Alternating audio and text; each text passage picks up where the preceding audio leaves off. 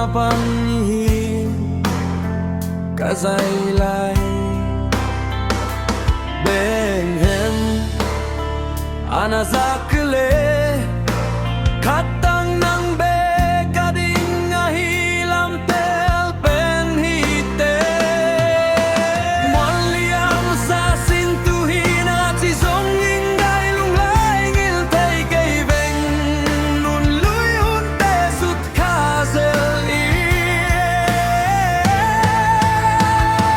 nang ta phone te kiyoin messenger paniki holay asin na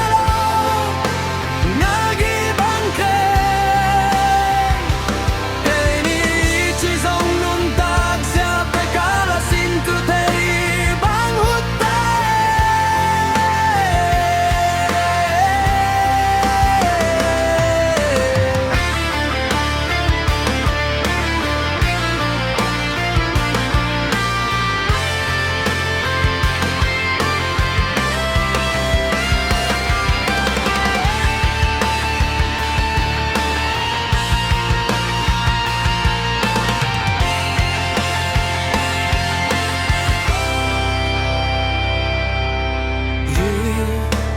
Zaylay te nang ay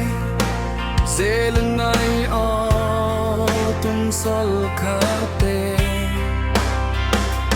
Hong tang changin mi hun lui